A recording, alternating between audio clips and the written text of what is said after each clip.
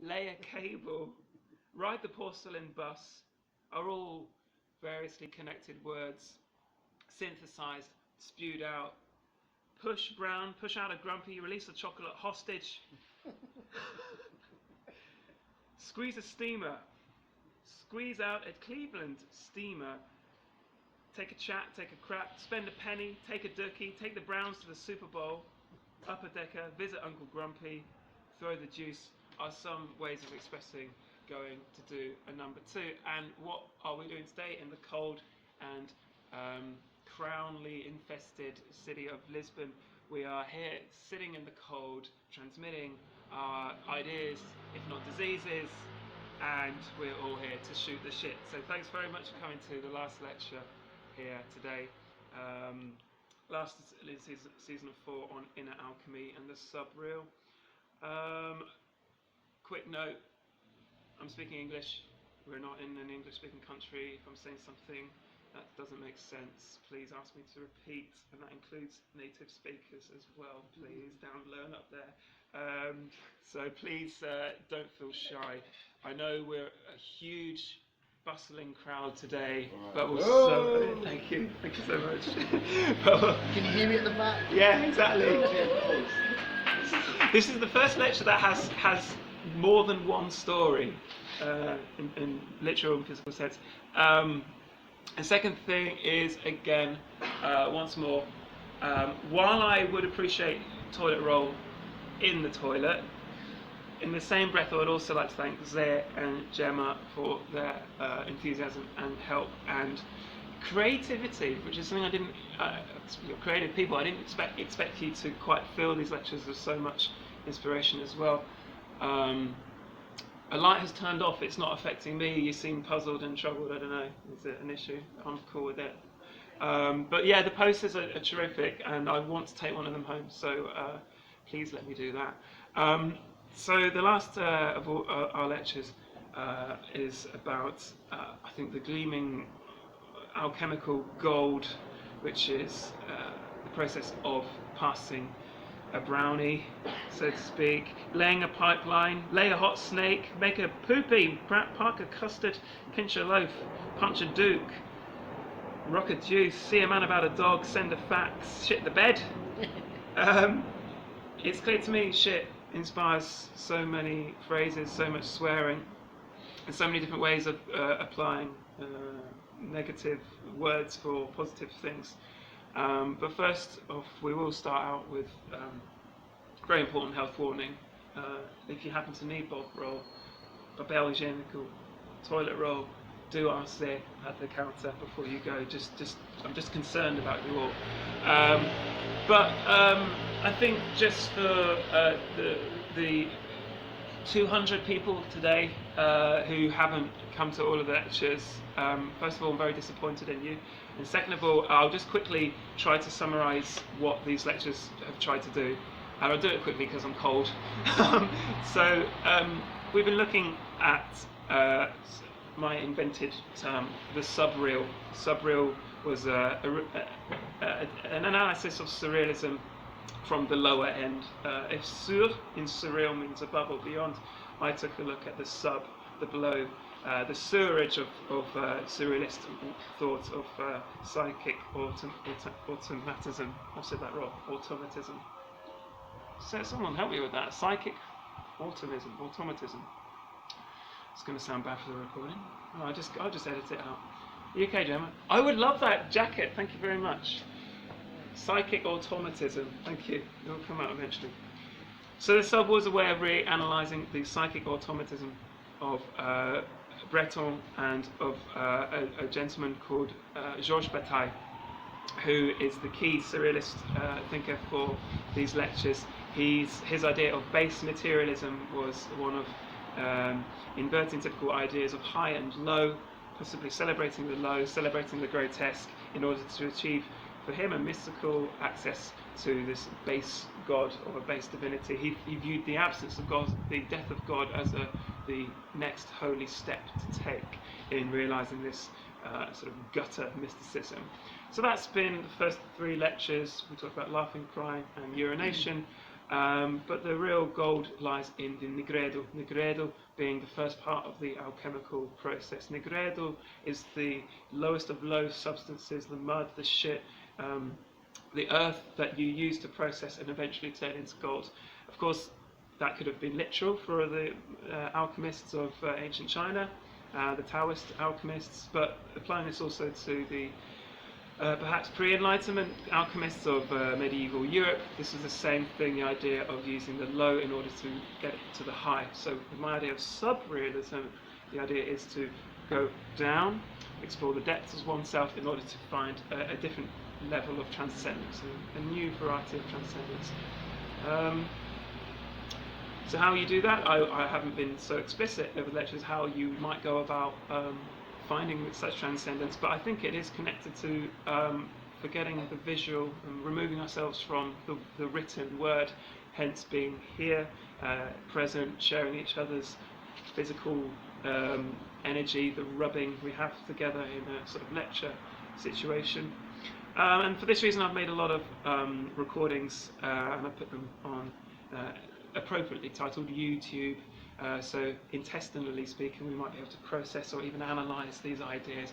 And to take the first four letters of that word, analyse, why don't we hit the first proper theme of the lecture, which is of course analysis. Analysis. It's a beautiful word, and I think that's what the body is effectively doing when it processes food after it leaves the stomach and enters the small intestine. Food is analysed, but analysis is well defined if we look at the opposite. Synthesis is to combine elements together, process and simplify, whereas analysis is sort of pretty much the opposite. It's a breaking up or a loosening, a releasing. It comes from the original word analien, which means to set free, to unweave. To even loose a ship from the moorings or its moorings, to unloose something. Ana means up or throughout, and the longest organ, I guess, of the body, if we forget the skin, is the large intestine. And so ana, the analysis in ana, is quite an important part. Also, there's a kind of oral pun on anal as well, although the word origins are different. Incidentally, the ring anel in Portuguese comes from the idea of ring, and so ring finger and anel have a sort of similar history. And then there's lysis, which of course means a loosening. So it's a throughout loosening, analysis. But really, I'd like to think of this idea as unweaving, as psychiatric analysis could be thought of. As a kind of unweaving of complex ideas. The one curious approach to therapy that I really think is very helpful in an alchemical sense or a mystical sense is the idea of loosening knots. So psychiatric trauma, it could be considered as a bundle of knots and tangled webs only to be unravelled. Only if the client, the subject, is willing to let go, perhaps let go of held trauma. To use a more typically mystical word, samskara means the same thing. Samskara, I believe, literally means emotional scarring. But it also could be considered as a tangling. I don't know where it is. You do? Thank you, Gemma, please. I don't know where it is. Oh, samskara. Yeah. Samskara. Can you make a So subtitle? I should be quite explicit because I'm talking about not exactly literal meaning, I'm talking about etymological meaning. So let's go to the literal meaning right now, as it is samskara. I do definitely need to look at this, but it is understood as emotional scarring. So it's a Sanskrit word, basically a replacement for the word trauma. Trauma really gives the idea of incision or cutting. So you literally say physical trauma for a car accident, for example. Whereas samskara, I think, is more helpful because the implication is more, well, this is my interpretation, more about a collection of knots and tangles in your psyche and your emotions. But I believe samskara does actually, historically, etymologically mean scarring, emotional scarring. Why am I being so pedantic and fussy? Well, I think a big part of inner alchemy, the subrealism, is to explore etymological history of words, to explore what you could imagine is the subconscious of, of language, of used language. More importantly, language that is used every day. So etymology, I think, really lifts up the ghosts from the ground and explains a lot of culture today. So we can't quite lose our etymological past. We can't lose our medieval past. I'm going a bit of a diversion here. What I mean is, for example, we like to think of ourselves as post-enlightenment, rational beings full of science, technology, and social media. We're very proud of this. This is what really bothers me. We neglect our historical past and our mystical pasts because we've completely forgotten how to use our other senses. So, for example, you sneeze in Portugal, you are given a little saint, Santinho, involving some form of blessing or the other. You do it in England, someone will bless you. And no one is really thinking of sending an angel or really interceding in the entering of a devil in your body. But still, that history, when we finish today's lecture, I will tell you for God to be with you. God be with you. Goodbye. To God. Adeus. So I'm very curious about etymology, and I think it's a way of us shedding our skins and attaining this forgotten memory of mysticism or contact with transcendence. Another side note to a side note already made, but I believe as more I keep doing these lectures that we're not humans, we're actually, after all, we're insects. First of all, we shed or we exfoliate a lot of our cultural knowledge and we deconstruct. We're talking about Bataille, who's just sitting across over there, Georges Bataille. We're talking about the French theorist. They will say deconstruct, which itself swallows its own rejection of Enlightenment theory, the idea of taking apart and again analysing, loosening up ideas. Deconstruct feels very artificial and in fact bizarrely quite German, the idea of uncombining, so to speak. So I really like the idea of exfoliating our cultural ideas, shedding off and metamorphosing. That's the idea that we're becoming who we already were, and exploring the invisible truth that was already in front of us right at the beginning. We're also insect-like, to steal an idea from my friend Elsa Coimbra, who said, yes, humans really are quite like insects because they ooze their own substances. And I think she was talking about non-physical substances that would have been very clear to our ancestors, especially those who would have discussed chakras. But a lot of these lectures have been curious about what the body leaves behind, excretes without knowing or without deliberation. It's curious that I've looked at urination, I've looked at laughter as its own kind of non-physical substance. Crying, of course, does have its own sort of salty tears involved. But I haven't looked at pus, I haven't looked at ejaculate or semen, I haven't looked at vaginal fluids. Swearing as well?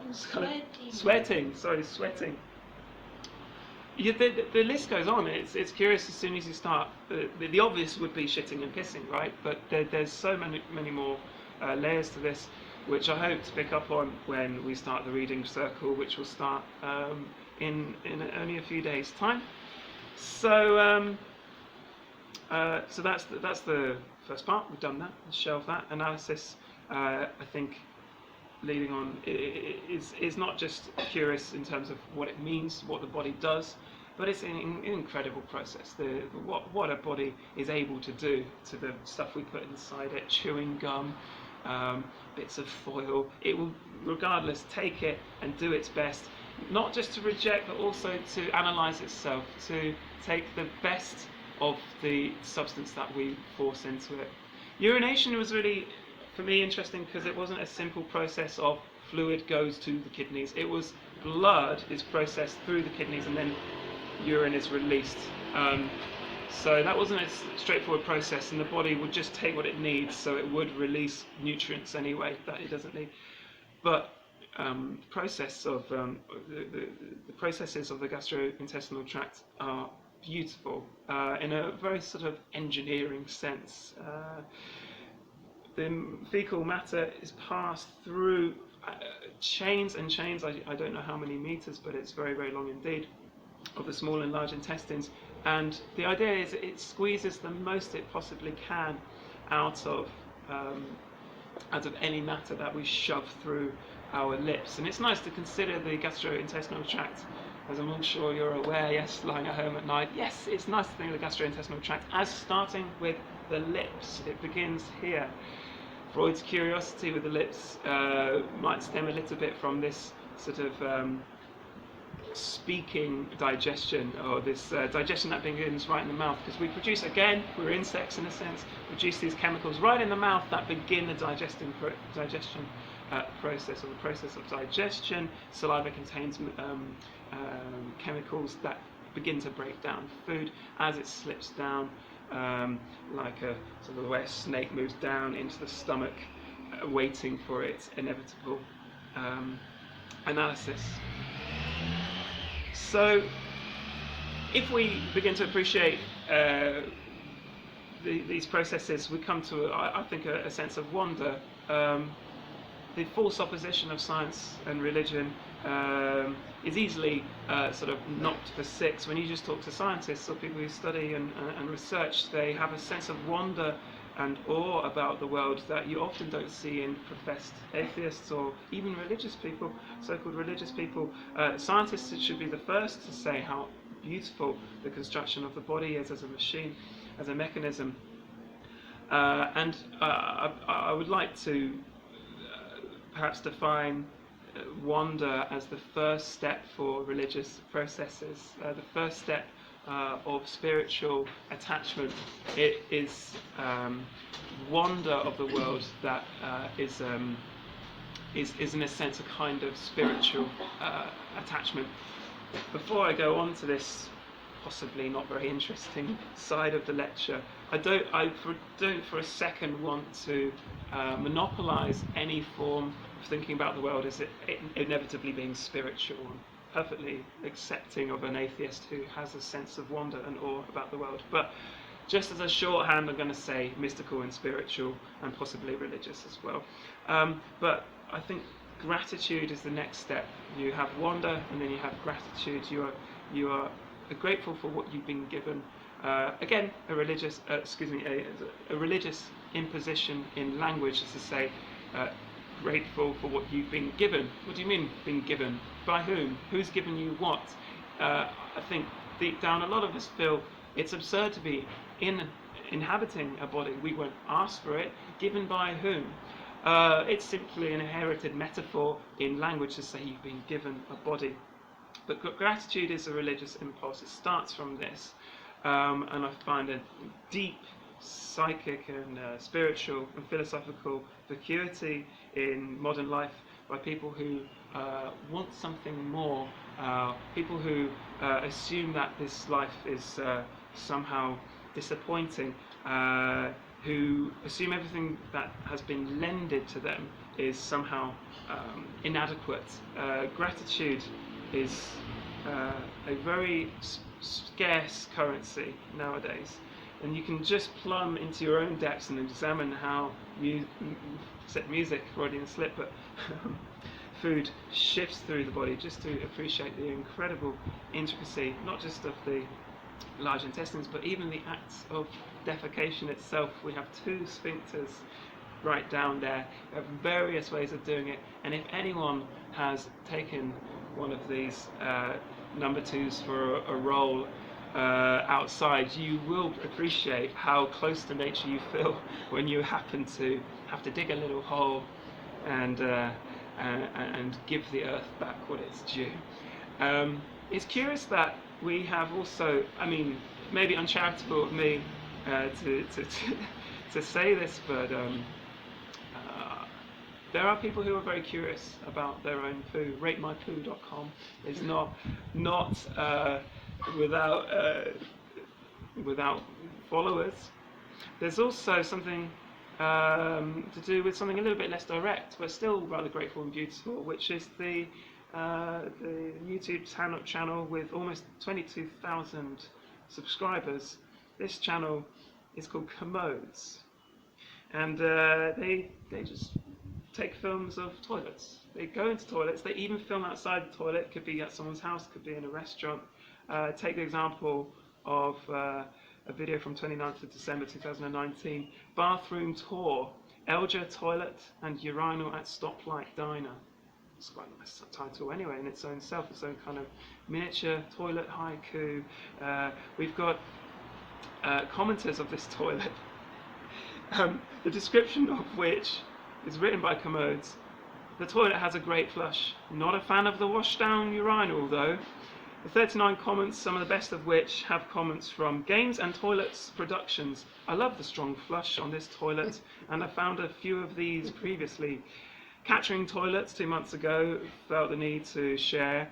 The toilet is an excellent find, and still seeming to be in great condition.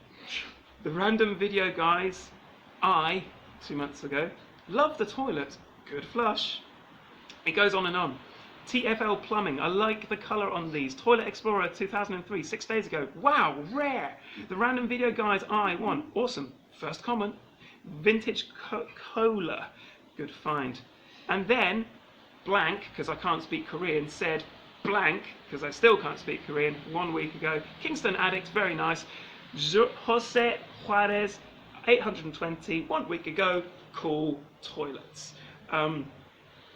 We have an obsession, it seems, with the certain squatting prowess we have in visiting the water closet.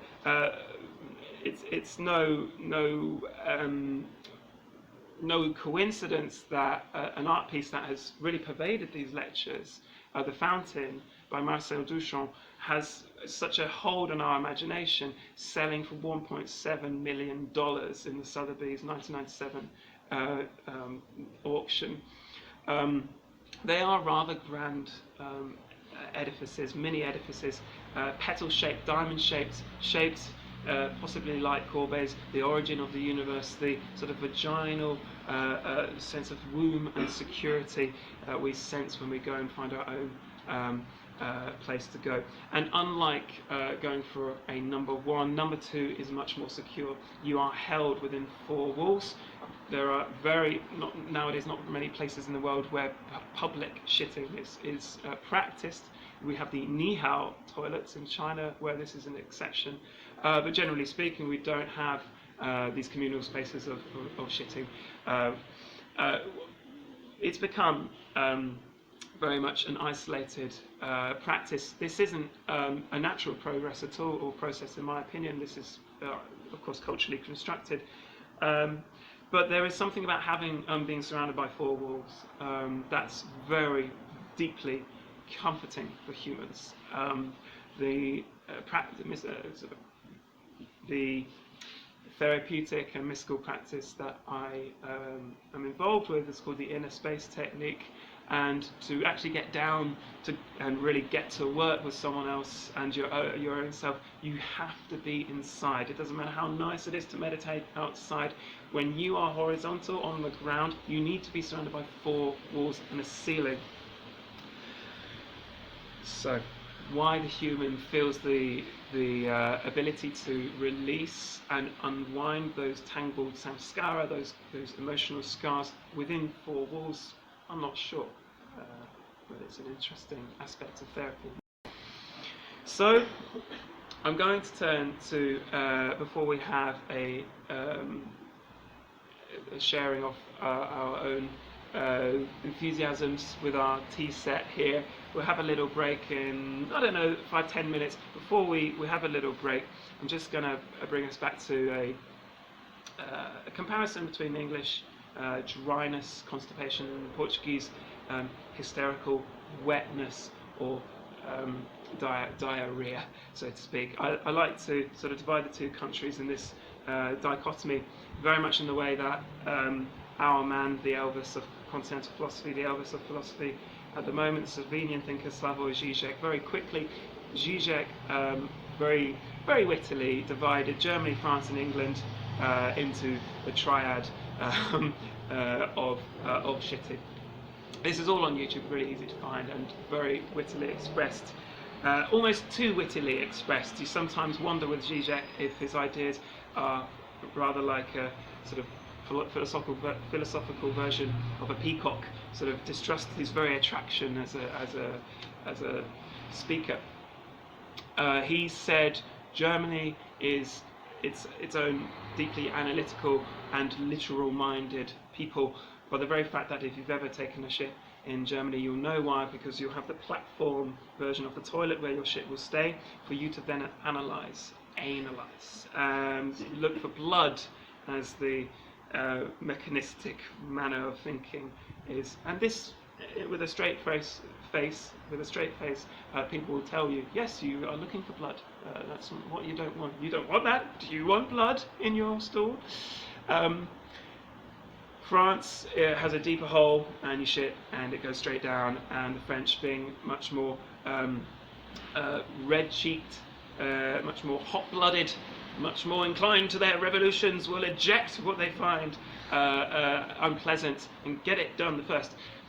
What this big myth fails to address is that England had and chopped off its own head much earlier than the French did, 120 or so years before the French, but we'll leave that aside. It's a nice idea about those French who are very ready to not look at their poo and to strike all day long. So then you move on into a kind of a compromise made by the British, and I think the British always stand in this middle point between two varying cultures. You've got German directness and American permeability, German serious-mindedness, and then you've got American openness and demonstrative expression, and then you've got British pragmatism. British, it always seems to be in the middle, and that's why I think England is such a fascinating country for sort of sharing the Germanic, the Anglo-Saxon, the American, and a little bit of the French as well. In England, it doesn't really know whether it's going to float or escape or jump back in your face. We don't really know. We can sort of half semi-examine. I think that the English are extremely prone to their own neuroses. We love to joke about ourselves in England, but not too much. We love to take our issues and talk about them as a joke.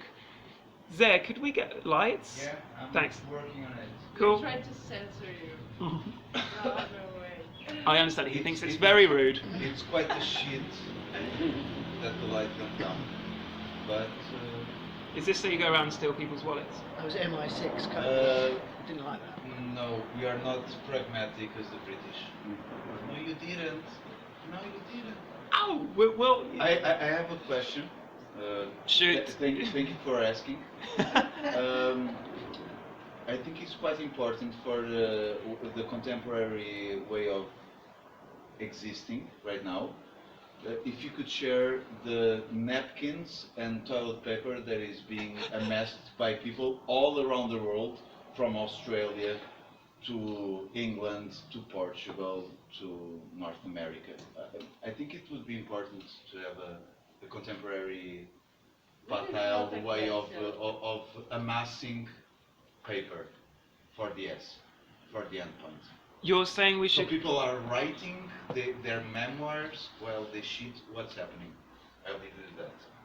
I'm not 100% clear on a lot of things that leaves them out of say. What, are you suggesting we collect the used toilet paper across the world? No, I honestly don't understand the suggestion. It's you were being too Eurocentric Ah, in the way that you speak about thank you. shit.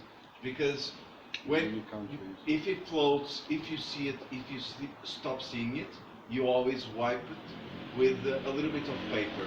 And in other cultures, you use water. And I would like to, I don't know, should we amass water or toilet paper? Water all the way, in my opinion. The Indians have got this one right. There, just for the recording, because it doesn't always capture it properly, there made a very proper and necessary suggestion. Pascal, you bigot from Britain, you oily, slimy English. This is really what he said. Why are you just analysing Europe, analysing Europe? What do they do with their hands or their paper in other parts of the world? Absolutely right.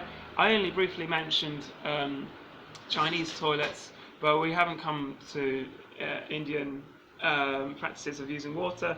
Bidet, the bidet has always struck me as a brilliant invention, but I won't go into it too much because I don't want to make you all throw up.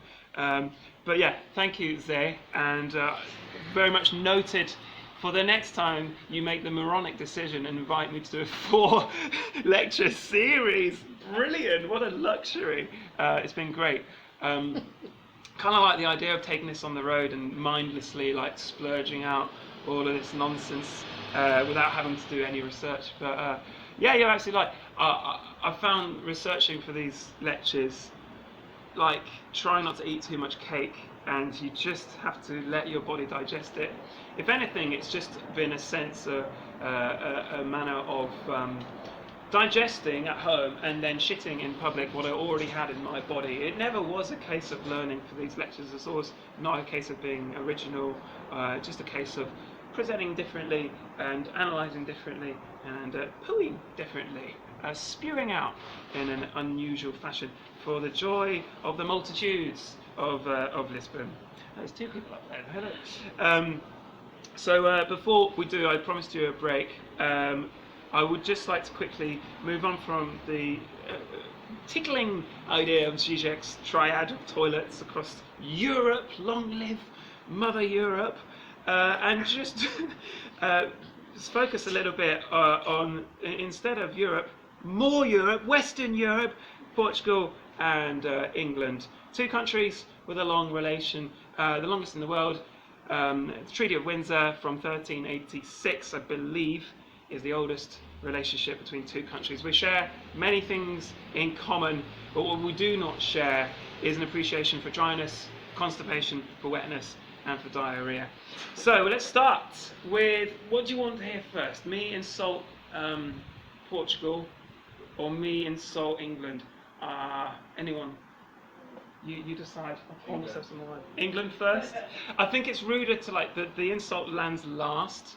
That's the one you'll remember, so you'll be more offended by the Portuguese one. Oh, did Portugal? So I want to like get my citizenship and be nice to this country.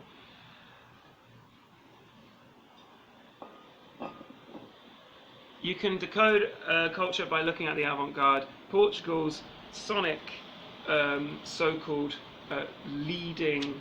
The lead of the army, the march ahead, the vanguard is spewing ambient greyness across the airwaves. Go to a concert and you will never be able to see performative, experimental,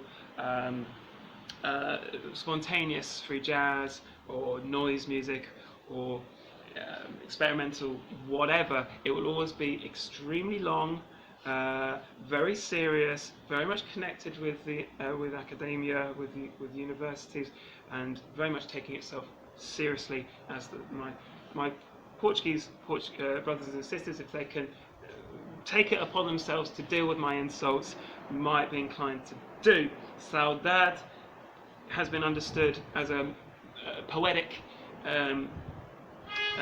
depression. Saudade, very quickly, is Portuguese for, well, we can't define it. It's very difficult for any other language to define with one word. You could say melancholy. It's not really quite melancholy. Saudade is, I believe, an actual indulgence, an attraction to depression, possibly even a celebration of the sadder things in life, a longing for lost things, and in many ways an elevation of missing and loss, which is very good in a psychiatric sense, in a way of dealing with problems. Emo. It's an emo for emo. It was a trend some years ago, emo. Emo happened big time in England and America. We had our own, I guess, Saudade, although there seems to be something quite different in the goth influenced punk or neo-punk from the Anglo-Saxon world. and then the very much more rustic and rootsy Portuguese blues, which is fado, meaning fate, the fado music, and the saudade. But in any case, saudade is often associated with something very big and very wet, which is the Atlantic Ocean. The loss of the men in the colonies led to believe 30% of those ships never returned in the 1500s. So the women, particularly women of Lisbon's old town Alfama, had a lot to be sad about, and a lot of loss, the loss of the sons, the loss of the husbands, the loss of the brothers. So saudade in many ways encompasses, you could say, if we're speaking maybe symbolically, not literally, but saudade has possibly an attitude which we associate, and I'm not saying literally, but we associate with women, with the idea of hysteria, with letting it all out, not like the dry, brittle, constipated Brits, just like me. Dry England. Again, let's analyse England from the vanguard, from the avant-garde expressions of music, just in this strict sense. If you go to a gig in England, you'll see a skinhead punk with a nose ring throwing a chain around and yelling some toilet poetry that he invented. It's big, it's strong, it's theatrical, it's lacking potentially an introspective element, but it's out there, it's performative. English, and I come from a strong perspective of noise music, or noise as a musical practice, and many English noise bands currently moving and shaking, and ones already passed, seem to have this brittleness, this dryness, which really makes it British. Something about the embracing of silence. It's nothing like the heroes of noise, the Japanese, which is sort of a permanent, brutal exploitation of the ears to high decibels, very much an embrace of digital harshness. English or British noise has an attachment to acoustic noise, to using the space as an environment, as a way of roaming around and letting your neuroses control the body. This has worrying connections with the sort of fetishizing of mental illness. There's a lot of mouth noise made in England, a lot of improvisation using mouth, which you really never get to see on the Iberian Peninsula or in Portugal. And there seems to be a connection, of course, with, if Portugal has saudade, with hysterical releasing of your demons, then you've got British neuroses sitting on your problems, sitting on your hands, stiff, dry, brittle upper lip, and putting all your problems in a cupboard and locking that goddamn cupboard as quick as possible.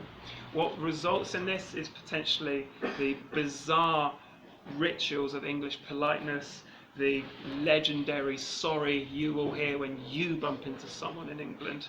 How neurotic can you be? But also, to borrow a phrase from Roland Barthes, Britain is its own empire of signs. Britain is in many ways the most anally retentive part of Europe. Mother Europe. Britain's empire of signs is striking as soon as you land in any airport. Oh, if you fly British Airways, what a nice bourgeois example. Yes, when you fly, you compare EasyJet to Ryanair and British Airways. Yeah, apologies for this kind of very privileged analysis, but I once had the luxury of flying British Airways and won't do it again because they're so fussy. The stewards, stewardesses will come over and make sure everything's all right and apologise if they even suggest brushing your seat with their shoulders. You have no moment's peace from everything having to be fine and perfect. I've always felt the British were kind of like the Japan of Europe. We're always the ones with making sure appearances were perfect, that you did your utmost to keep a brave face and make sure that it wasn't in fact wrong to say fine to the answer to the question, how are you? That the British have this own incredibly layered series of rituals, and to make a comparison with Japan, a kind of linguistic bowing, the level of which no one is quite sure anymore in England what is rude and what is polite. But signs are a huge part of English life, you are perhaps afraid of being sued in England, afraid of being condemned, condemned to an invisible trial permanently. So English, both visually and I guess neurotically, has signs placed everywhere. No litter, no littering, no ball games played here, and so on and so forth. So at this point, and I promised you a little bit of tea, and I realise in such times as this, possibly sharing tea is not such a good idea. But if you're willing to risk it, I have washed my hands, and there is some wonderful Taiwanese tea that I got when I was out there in the company of these beautiful rocks, which have been themselves shitted or shat from the earth. These are volcanic rocks, the two on the left from the Azores, and the one on the right is just something I got from a hippie shop. But anyway, a kind of process of analysing that I found in Portugal and beyond. So let's have a 5-10 minutes break. I know it's cold and you all want to go home, but let's have a quick tea break and then we'll move on. Thank you. Hey! Sorry, put it away. I was peeing. Yeah, sure.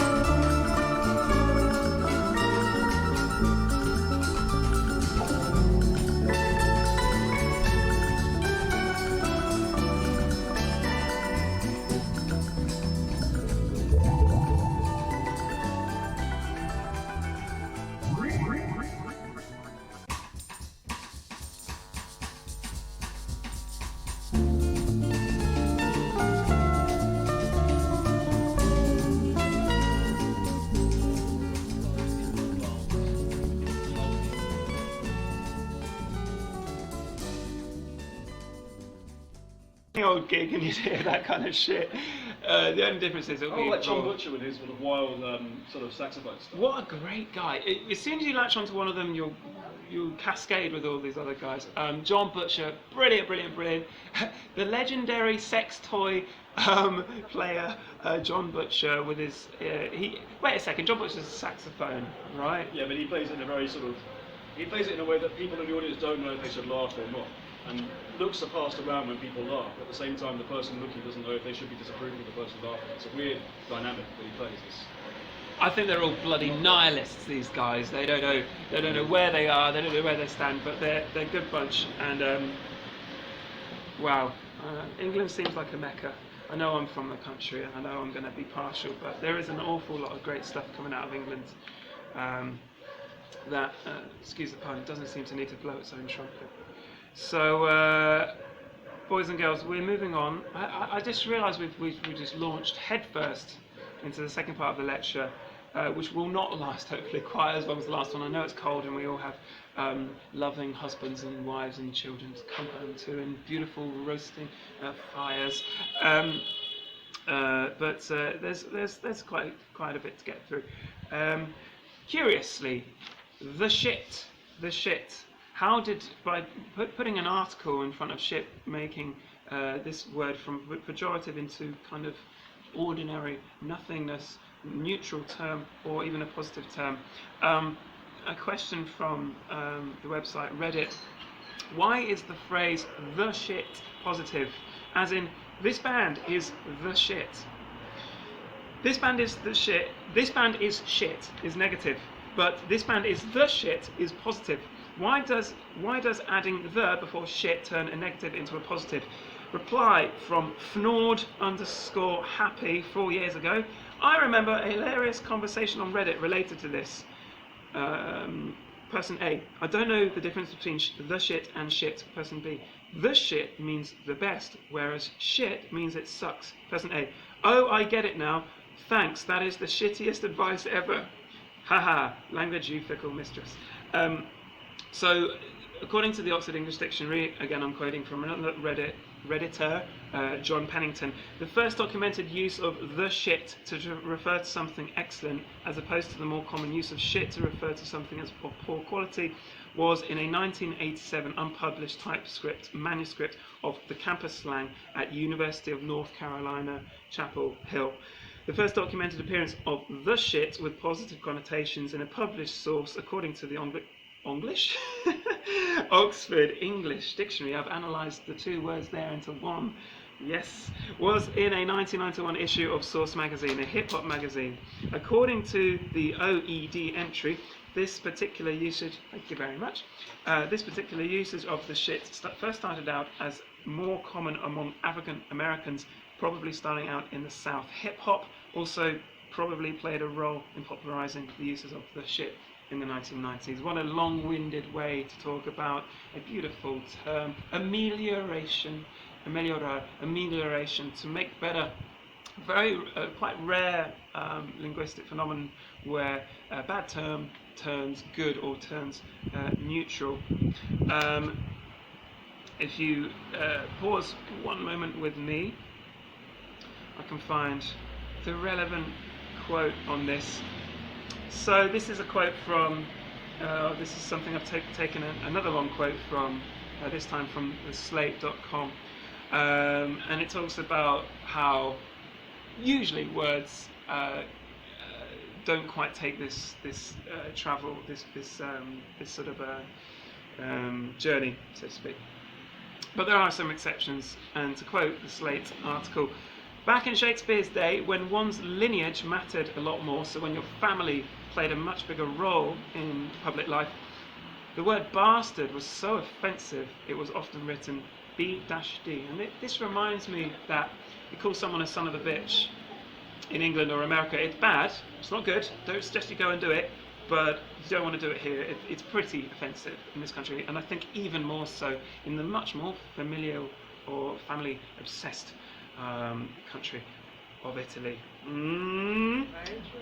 But we call God names. And I mean, I've said it as a joke, but I'm not going to say it in front of you. But the literal translation of DC is God, dog. God, dog. That's very offensive, We no? also have got pig, Got pig. a lot of animals, a lot of stuff. I think we are the most Catholic country that also swear the most against God. And in a very normal, You really? You say God this, God especially in that? the north. In the north? More? Yes. Offending God is typical from Veneto. Let me just, I'm going to do a little experiment here, and this is going to be great for people just listening or listening back to the recording. I'm going to say the two words in front of you and see your reaction. Dio carne. Carne. No, that's not right. Dio carne. Dio carne. Dio carne, porco Dio. And there you demonstrate my excellent acting in deliberately saying it wrong. Dio The Dio means, carne is really... flesh, God flesh. What word? Dio carne. Dio carne is God. Oh, you don't look shocked at all. I think this has become ameliorated. No, God dog has become normal Actually, speech. if you call me Filippo, sorry. Figlio di puttana, I would be more pissed off than hearing somebody swearing against God. It's very normal in the north. Because I said to an Italian guy, ascolta Madonna, perfect, and he was shocked. Don't do that. Yeah. Then depend on the region. I'm so sorry. No, really, I really upset But it's people. true, like Yeah. if you here in Portugal go to the north and say caralho, foda, they don't care. Yeah. If you do it in other more countryside place, they would be like shocked probably. The most you go south. Or here, if you do it here on this street, Yeah, it's not people will very. say, Well, you got a question of why God to more or less so-called alternative and subversive people is so offensive. You know, you can make the most wrinkled, crusty punk man in Italy most offended if you say God dog, you know, God dog. In as much as way you can offend a Berlin punk by crossing the street without the ample man, without the traffic light man turning green. But it's really curious what becomes most offensive in languages. Curious, and also something utterly unresearched by these lectures. So I'm going to write this down here. Most offensive. There we go. I've learned to write down my thoughts during the lectures. Why, for example, is cunt so offensive in England? And where is the source of this softness, this rawness? It must be to do with the country's approach to sex. Known as the worst in bed in Europe, the Brits, over many years with their bad teeth, find the word for female genitalia the most offensive. That's very curious. As a living spontaneous thought experiment, in Portuguese, what's the most, I mean, corner? What's the most offensive word, would you say? Filho da puta is pretty strong. really, to me it's not so strong. Is that because you're... Sorry. Which means Yeah, the operator, so I shouldn't speak. I don't know your name, sorry. Moshe. Moshe. Moshe, Yeah. what would you say is most offensive here? I don't know. I don't speak Portuguese at all. Sorry, I so- thought you were Portuguese. He's from Israel, actually. Oh, cool. Well, Yes. shalom to you. In Hebrew, what's the most offensive? Most offensive in Hebrew. It depends on the context, you know, and who you're speaking to. You know, this flip between saying something that is positive and negative happens all the time in Hebrew. You can tell someone "son of a bitch," and it sounds like the best compliment. And in other occasions, it would be very, very offensive. There's no one word that you do not use. It's all based on context. Yes. Can So I- I think mostly it's like that. Yeah, Hayden. Hayden. Hayden. Same spelling. Stop but, changing your name. offensive. Hayden. I would I want to call you most Hayden. offensive words refer to sort of minority groups rather than words like cunt, which actually is a term of endearment in a lot of places. Scotland, Makes sense. like a good cunt is a good friend. Australia. Australia too, exactly. Yeah. And also where I come from, the south of England, it's just he's not like cunt, isn't he? Ah, you messy cunt. Whereas Yeah. words which I don't want to use, obviously, are a hell of a lot more offensive. But it's true that if you meet And some... are like like shouting fire in a crowded place, that kind of thing. It's dangerous to use them. Mm. For good reason. To sum up this interjection that you made, in Portugal, you can say, I'm shitting to you. Estou-me a cagar para ti. Yeah. And that can be offensive or not offensive depending on the golden shitty shower that occurs to the other one. Can I just pause there? Note to self, mention gold. That's what the alchemical process is all about. Estou-me a cagar para ti. You're, I'm shitting to you directly. You're like working yourself too No, hard. I'm literally opening my ass don't care. to you and sending a projectile in your direction. This in Portugal occurs naturally. That's very interesting. This idea of movement from the below, puta que pariu. Estou-me a cagar para ti. Puta que pariu is very similar. The woman that gave birth. The woman that gave birth! God damn it! The woman that gave birth! But it's very much an idea of movement from below. Estou-me a cagar para ti. I'm shitting to you. On you, and On you, Estou- on you, on you. Sim, para Thank ti. you so much for I'm shitting on you. throwing onto this compost heap of linguistic expression. Huh? everybody says it all the time. Estou-me a cagar para ti. Yeah, Por ti ou para ti? Para ti. Para ti. Para For ti, you. para isto, But para you aquilo. can shit on another thing, yeah. Podes Ah, cagar yeah. para... Estou-me a cagar para esta situação. Well, Qualquer doesn't that coisa. show you something? I, having never heard this expression, might have more decent friends than you. I think I associate with some more responsible. Or less fecal friends. Let's be fecal friends. Fecal friends. Fucking hell. I think the Spanish use hostia, Hostia! which is meant to be the worst thing you can say. The host.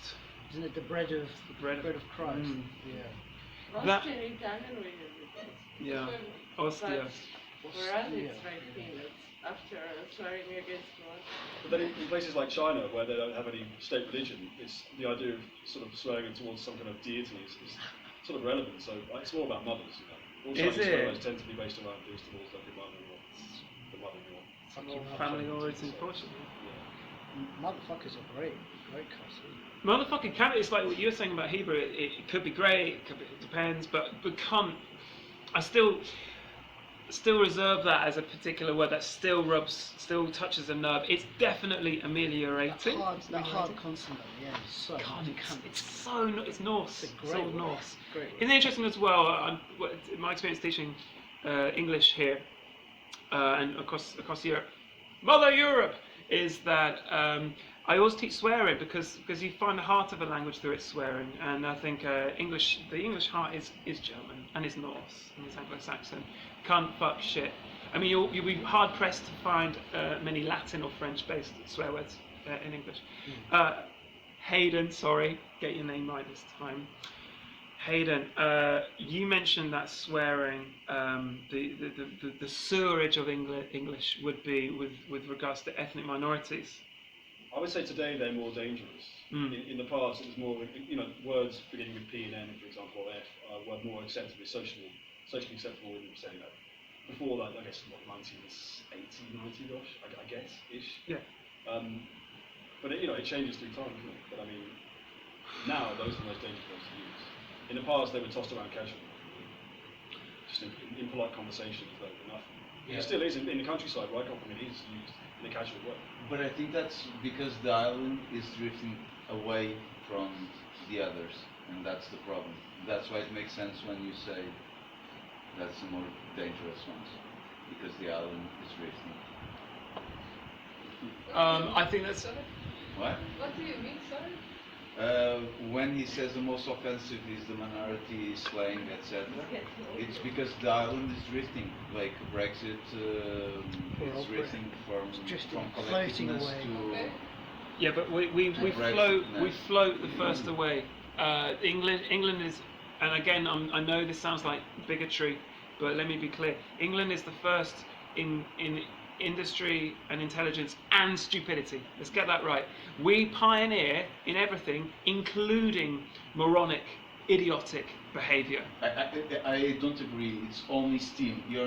Steam, okay, 100 years. Who's okay? The Industrial The Revolution. steam Industrial Revolution, and then the first before ethnic and minorities after, to live nothing. in No, Europe. No. You Steam, look at how steam. old the Chinese Steam. population is in Manchester. It's hundreds of years old. We're the first country in the best and the worst. We're the first to succeed and we're the first to fail. We're the first ones with the railway lines. We're the first one with the shittest railway lines. That's why France is, how do you say, silent, beautiful, forward, futuristic, SNCF is so good, because you do not want to invent in this life, you want to innovate. It's the whole point of this lecture. You don't want to come up with anything new, you want to present old ideas really, really well. This is the French railway of new Everyone philosophy. takes the British schematic and then just creates and improves it. We came up with the best anarchist philosophy, the best approaches to model villages, to communitarian life, to anarchist Christianity, in my opinion, and we're the first one, therefore, let me finish, we're the first ones to fail and fuck up. We are on the crest of the wave. We are the surfer on the top of the wave in stupidity now. We are ahead of everyone else. Everyone wants to be us. Austria wants to be us. We're the ones who've done Brexit. That, in a way, is pioneering. This conversation is offline, and I can say it's a shitty conversation because we are not in the countryside. It's a shitty conversation. I rest my case. You rest your case, and apparently you're resting your bowels as well. Let's move on. It's been great. This is the most shared part of the 4 lectures, so I really treasure this. And I think if the lectures are going to go anywhere, of course we've got the reading circle every Saturday at 5 p.m. Come along. In our Alchemy and Bataille reading circle, come along. We're going to meet in a park probably. We haven't arranged it. Free beers. Yeah, no, not free beers. Fuck off. YouTube generation expecting everything free. Fuck you. Free mansions. Free mansions. Mantras. Free mantras. I come if there's a mansion. By the way, Hayden keeps coming up with stuff which is triggering great parts of new processes in the lecture. Transcendental meditation. We don't have enough time to even go into this, but a form of mysticism which is really fascinating and really deserves a lot of our attention, precisely because I think it's succeeded first and it's failed the first. It was the Maharishi, I don't know, the leader of transcendental meditation, as followed by heroes like Jerry Seinfeld and David Lynch. David Lynch, right? Gotta listen to Lynch, who follows a form of meditation, exactly, but that was explicitly trying to exploit people, explicitly exploiting people with money, trying to get as much money into its coffers. What about Spring that he said he could fuck for 8 hours followed after? Sting. Oh, that's tantric. Yeah. That's something. Yeah, Well, sorry, mantra. hey, well, I mean, last lecture we suggested having an orgy here. An orgy being a sense of organising, working together, orgasm, work, having that same root. Sorry, orgasm. 8 hours with Sting. No, that's totally easy and possible. That's more Vedic stuff, and again, it's going to happen in a park, our reading circle. Anything can happen, Gemma. Just be safe. What I wanted to say about transcendental meditation is hero of heroes, David Lynch, Mark Frost, the kings of Twin Peaks. David Lynch is a huge proponent of transcendental meditation, which contains its own insurmountable nigredo, the black substance of the first process of alchemy. Whether I can tolerate such a steaming pile of dung in one wonderful approach to mysticism, transcendental meditation, I'm not sure, but that's definitely some. I've got some transcendental meditation texts on me. They are horrible and terrible and definitely not worth reading, but Lynch's expression of it is fantastic, and it's great you brought me to this because Mark Frost, the co-creator of Twin Peaks, called the series a cultural compost heap. A cultural compost heap, which leads into really the inclination to do a postmodern analysis of borrowing and showing and the peacock philosophy I mentioned earlier. But what more can we do now? We've exhausted all our genre. We're struggling. We're stuck nowadays, both in musical terms and elsewhere, to think of any new substantive genre. It leads us to the heroic stockists of Britpop or 90s British art who said, you're not a painter, you're not an artist unless you can paint, you're not an artist unless you can paint. Back to basics, back to modernism, back to the original questions that we've always been asking, which is the questions of the modernists. To depart quite away from that, I want to go and quickly draw on one or two things before we say goodbye. One of them is with this glorious ringing in our ears, the eternal city diarrhea that is someone's car alarm in the distance. I want to just read the prayer again from the Talmud. This prayer is the prayer which is said by Orthodox and Hasidic Jews, some Orthodox, some Hasidic Jews, when they go to the toilet. And it's all about a celebration of something that I can think form as a heroic ideal of the reading circle, if this is going to really happen, which is the ideal of a perfect sphincter. The sphincter as being this beautiful image of something that releases when it needs to and contains when it should. And I'm going to read both translations of this from the Hebrew. Translation 1. So this is the let me just repeat, a prayer said by many Orthodox and Hasidic Jews when you go to the toilet. Translation 1. Blessed are you, Adonai, our God, King of the universe, who formed man with wisdom and created him with many openings and many hollow spaces. It is obvious and known before your seats of honor that if even one of them would be opened, or if even one of them would be sealed, it would be impossible to survive and to stand before you, even for 1 hour. Blessed are you, Adonai, who heals all flesh and acts wondrously. That's a lovely last line. Blessed are you, Adonai, who heals all flesh and acts wondrously. Second translation, it's nice to pull it out a little bit and analyze it in its own way. I have not laboured this point enough. Translation 2. Blessed is God who has formed the human body in wisdom and created many orifices and cavities. Isn't it wonderful to think of your body as having its own knowledge, having its own wisdom, being formed in wisdom? The whole point of subrealism is to let the body speak, to get away from the head, to get away from visual culture. To continue, it is obvious and known before you that if one of them were to be opened or closed incorrectly, it would be impossible to survive and stand before you at all. We can't be servers of God without getting our business done. Isn't that a wonderful idea?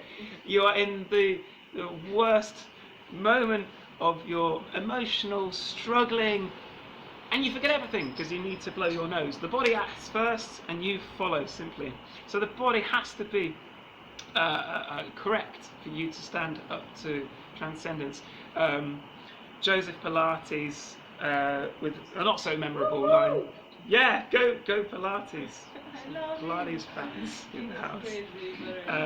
The first component of human happiness is physical correctness. The first component of human happiness is bodily healthiness, which I am paraphrasing and misquoting, but that's the idea. You've got to get your body done first. So this is going to be difficult, of course, in a culture that has seats and toilets, right? Because the idea of the attribution to so many bowel diseases right now, as I said, 50 million Americans suffer from constipation and some kind of bowel disruption. Is it constipation? Can anyone guess what it is? Very common bowel problem. Constipation. It'll come. I'll edit it in later so it looks like I knew what I was talking about. But it's not diarrhea. Irritable bowel syndrome. It could, no, it's not. But IBS is great. IBS, irritable bowel syndrome, is the term doctors give you when they don't know what the problem is. I love the use of irritable. Irritable. It's not happy. Scratching away. Yeah. And what about the appendix? It's an interesting part of the investment. Well, explain to me. Yeah. I can answer. The appendix is dispensable.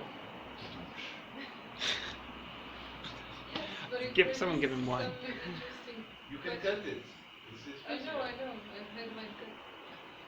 But it's interesting because it's there, and if God designed the body perfectly, like you were saying, or beautifully at least, or Beautifully and with wisdom. and with wisdom, So he deliberately put in things that weren't necessary, because what would it be to have a perfect body? We'd be straight in heaven, wouldn't we? Of course. No, I'm just thinking on my feet, but but I think you're still- thinking too literally here about the wonderful Talmud. Why? No, I'm not thinking literally at all. For me, the question of uselessness. But for example, what you're Yes, saying but you bring me can back to survive Pilates, without because various organs, you know, it's just like a Yeah, matter I know, but to me And it's this a is beautiful thought. It's not a literal thought. it's Just to about make it clear. evolution. Like my sister, she's a Pilates teacher, and she's often saying, "Why are we suffering of just walking, and how can we forget how to use our body? Why we get curve, and why we don't feel our feet or wherever." And it's really about we were quadrupeds. We were animal going with 4 arms, and nowadays we are going on our feet, completely different. but our head is growing, and we are not able to. Our muscles are not accompanying this change. And I think it's about how our body is primitive, or isn't it that some people are born with a tail also? Like there are some things that are, Of course. and it's about how adapted we are, and we have an instrument, and we If you're looking for a musical version of this prayer, there is a woman called Meira Asher that composed this prayer, and it's very nice. Can you remind me of your name, sorry? Moshe. Oh shit. Can you write that down? Yeah. Thanks. Philippa, can I get you to? Could you just ask again? Could you just say again what? Because you weren't. You were Yeah, interrupted. what I meant had nothing to do with, a scientific idea of the body, but, as a metaphor, what does it mean that we have organs that are for nothing, or like the anus, it also, your ass doesn't just serve a function. Well, like the foreskin. Sorry? Like the foreskin. Yeah. Remember how you Foreskin call superfluous. AIDS in French? At the end of cock. AIDS. AIDS. AIDS. AIDS. The Oh, I disease. don't know. How do you say AIDS in French? Cedar in Cedar. Cedar in Portuguese. Yeah, it's probably cedar, right? Because the same. I think so. In Portuguese is propulsio. But What I But mean SIDA is- is, yeah. For me, that's an important thing, as something to be valued. That the body is not seen as a functioning machine, okay, I want but to as make. something that, for instance, it also gives you pleasure, the body, and, or to think of the body in a non-functional way. I feel like I've grabbed onto the first sentence, which you didn't really mean that in the way I'm interpreting it, and then I'm running off somewhere else, and you're looking at the map thinking, where the fuck is he going? So, but I'm going to say it anyway, just whatever, playfully. And this is why I'm excited to bring in Richard Rorty, the American pragmatist, a man coming from a very strict, thank you, Moshe, hierarchical, analytical, scientific approach from America, but really he fell in love. He digested a lot of French philosophy, and he managed to find a middle ground, which is what us Brits like, with us peering sort of into our bowls of shite. Richard Rorty might answer you, and again, I probably have misinterpreted what you were saying. I also didn't express myself very That's okay. The phone knows.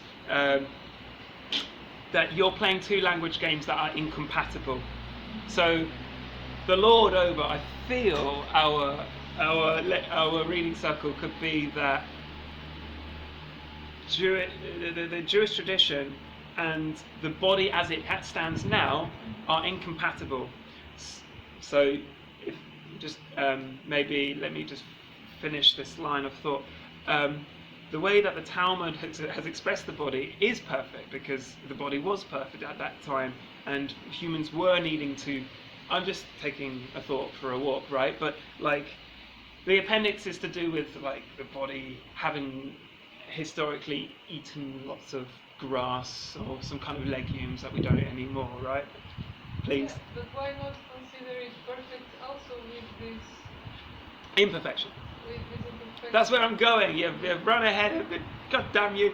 But no, I'll go to the second point, which is our bodies were not supposed to sit on chairs. It's very fashionable to say that chairs are giving cancer to 3 billion people in Portugal. I'm joking, but like it's fashionable to say these things, but it's rather convincing as you move along in life and you think, shit, this is not right. We shouldn't be doing this to ourselves.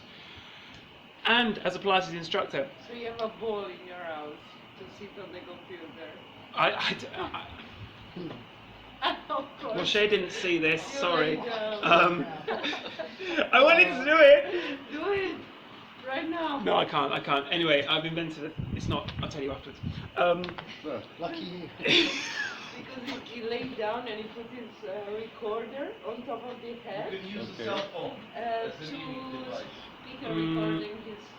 It's perfect. A nice way of producing laying down, I believe. This is gonna be hell to edit afterwards because all of these lectures are going on YouTube. So fuck you all for being so generous with the thoughts. I'm so sorry. Oh Jesus.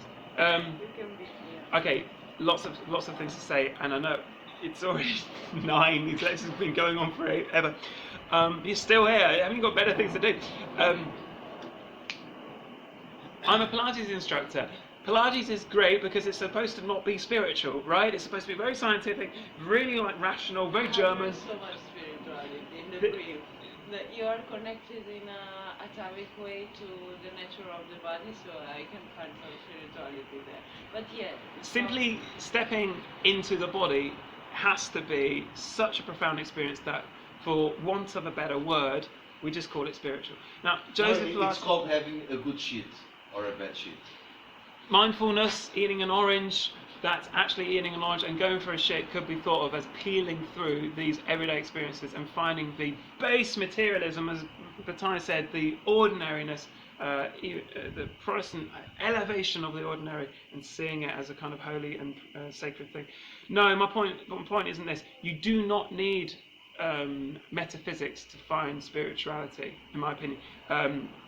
You simply need to follow the instructions of Joseph Pilates or Frederick Alexander, with quite a similar technique, shedding away your habits that you've been told to do, and you arrive at somewhere which is so profoundly against the grain of your culture that, yes, we don't have many good words for this, but we could call it spiritual, metaphysical, or mystical, because or it's the religious. same, like maybe.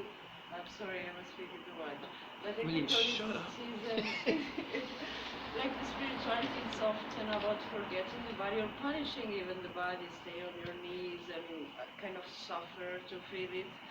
And then it's so funny when you dedicate time on your body in a way that you're thinking on it and you're losing the perception on how you normally use it, you start to think more because it's so crazy for you to get out of the temple and realizing I've been bad treating my temple. How to evacuate your bowel, how to evacuate your country, how to evacuate world. There's good and there's no good ways of doing this, and when you find the end point, you have a good evacuation and you're happy afterwards. Independent of the way you clean it, you're happy because you had a good evacuation. The whole point of these lectures was movement and was of a towards. It was never of a stasis. It was never to arrive coming down the mountain with the 10 Commandments. It was a way of letting an idea breathe and letting it, as we said last lecture, let this place be an open cavity. Let this be the kidneys of Lisbon, where ideas not necessarily stay, but they move. So it's interesting that there uses a word that was used by physicians and by medical practitioners, evacuate. Evacuate. What a great word for talking about shitting. I mean, there's so much movement within that very word. Shitting has often been considered as a contact between the internal and the external, and it's a wonder to people who receive poo, urine for sexual purposes, semen, that it's warm. You get a trace of the body, but also it's also a reminder for me of the absurdity of being given a body, that it has a kind of a piece of information to tell you that isn't just visual, that it's via touch. And whether we're privileging one idea of sense, or one form of sense over the other, that's okay. We just need to get out of the visual. But touch is where we're heading, I believe, just to exfoliate spiritually. And so the warmth of shit, the steam it produces, the sight of steam gives us the sense of warmth, which is a physical rubbing. So I think that might be a nice place to. That's where we came in. Is it? So this is the thing, because we're moving so much. I thought you just arced back to the beginning. Can you do the lecture for me right now? I'm exhausted. No, it was a nice way to finish, because I thought you were summing it up, like a callback to the beginning. Yeah. What was the beginning? I can't remember. What year is this? The last line. Who are you? In Twin Peaks season 3. I was thinking that you were talking about like a kind of salvation through the gutter, you know. This is what I thought you were heading to. And I think, Moshe, this has been the divine lie. I think this is the point about spirituality in the modern age, for me, which is it's nothing I've been saying. I've exaggerated certain things just to make sure we exfoliate and we shed our skin and we metamorphise. I can't tell you, well, perhaps we should do this and blah blah blah, because the whole point of the French philosophers, those writers that I love and hate in equal measure, Roland Barthes, Deleuze and Guattari, Derrida, was that they were so performative, theatrical, over the top, exaggerated, but they wanted to make a point. They wanted to leave an impression, and I think their texts perform much more than they explain or leave their words. Or a gymnastic of the thought, maybe. They're a gymnastic of the thought. They're the fantastic. language. They're a way of making your head grow muscle fiber by exerting. So the divine lie is, no, we're not going into the gutters to find transcendence. Not at all. In a strict sense, we're not gonna dive down into our guts and sewers. That is not what we're looking for. We're actually looking for something else that I can't express. I can't put words on. So how do you find mysticism? So, You have what are you trying to do when you're like involved, thinking in this way? The reason I say it's the divine lie, and maybe I'm being a little bit too literal, but I think the inheritance of bad habit, and that sounds so mild, but this is centuries of forgetting who we were as human beings after the Industrial Revolution, after the Enlightenment, after saying science can answer all of our problems. We're left with a coldness to the world and a realization that there is something else, and a lack of knowledge of how to get there. This is why people do the weirdest stuff to get there. Like you said, groups of teenagers from all over Europe, privileged Europe, going on ayahuasca voyages to wherever, Mexico. But I have no problem with that, because it doesn't matter how arbitrary or contrived or artificial, at least they're doing something to shed the skin and to move on and to metamorphise. As long as it means movement, then you can say, however, this is the mistake of the postmodernists, who say movement is transcendence. That's not what I'm saying. Simply by exfoliating, spiritually speaking, or moving on, that is not enough. The idea in lecture 3 was commitment to truth. That's something that the modernists had and the postmodernists didn't. So I really believe it's the surrealists, and now yawn, the subrealists, is where we need to return. I feel not uncertain whether I've given you a satisfactory response, Moshe?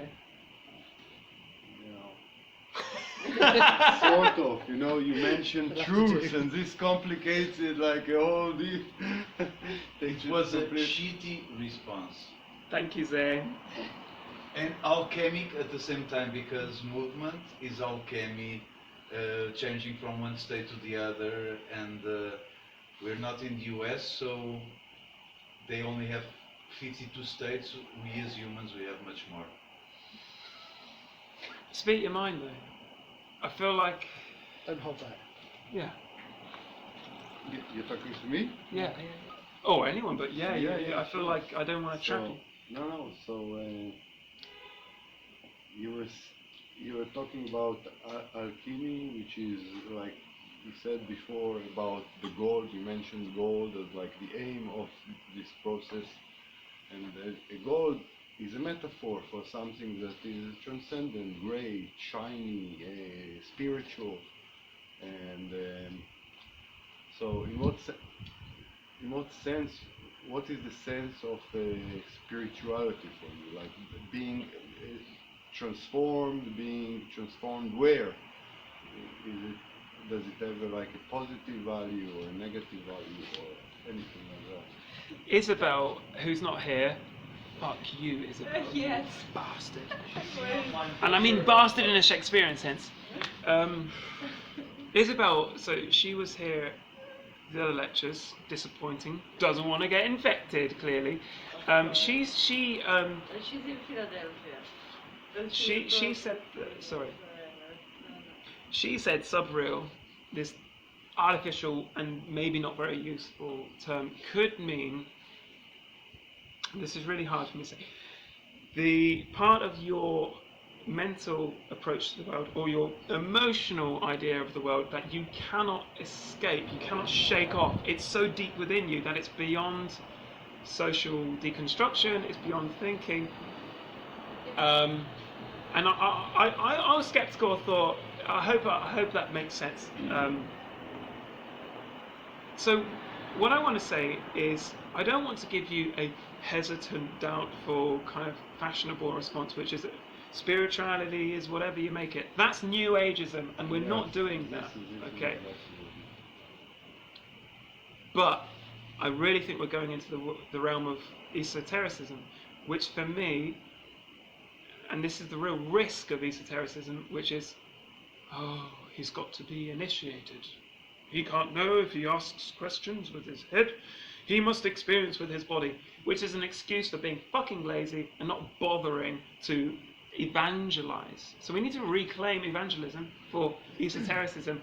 On the other hand, we need to still give first place to experience. You've got to do it for yourself. The effort that you will be required to do it will be the sort of currency with which you will enjoy a reward of mystical experience. That's my very long answer. But on the other hand, and to make a really nice, I will in a second, really nice 21st century, oh, it's whatever you want it to be. Genuinely, it is, because I love things that make me feel like I'm rising, that you all fucking hate. You might like one day, but it'll take a long time.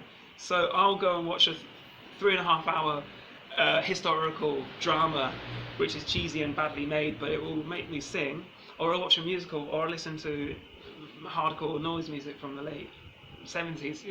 It really is something that I think belongs to the subreal, because I don't think we choose our tastes as much as our ears can be open to influences. So final thing before I go to Felipe is, I really don't want to give any clear indication of what the path is. If they come, and if I make a sort of Pascal's process, it will come through the reading circle, and you should come. It's Saturday, 5 p.m. We will buy the book. We will buy. We'll buy the book, and also just leave it. I don't even have yours, but leave your email addresses, because this isn't on Facebook. It's esoteric. It's going to be by Gmail. Yeah, brutal. Felipe, sorry. So you are the person who was not on Facebook, first of all. More or less, she's. Yeah, Of course. no, it's not really important. It's better. Okay, all right, Felipe. Felipe. Because it's esoteric, isn't it? It's the body. No, I'm joking. No, we feel jealous. Then you are gonna have a private talk with us. 5, 4. Whoa. We are ending the lecture series. I can't believe it's spiraled up this way. We've got yelling from above and rumbles from below. Can you feel the tremors of bodily knowledge? Sort of resume. Hey, wait a second, I got a phone call. That's got to go because the recording will have ended now. That's our colleague. Kaylee, What she want? we have to do this again. Synchronise the recordings. So very quickly, thanks a lot, you two, Gemma and Zay. This has been great. I kind of drunk quite a lot of the wine, so I don't know really where I am at the moment. But thank you very much. It's been lovely to meet you all. If you want to join the reading circle, leave your email message. I know there's so many people around the corner, they can't quite hear me. But yeah, do come up, have some tea. Thank you very much. And I have more to say. Obrigado.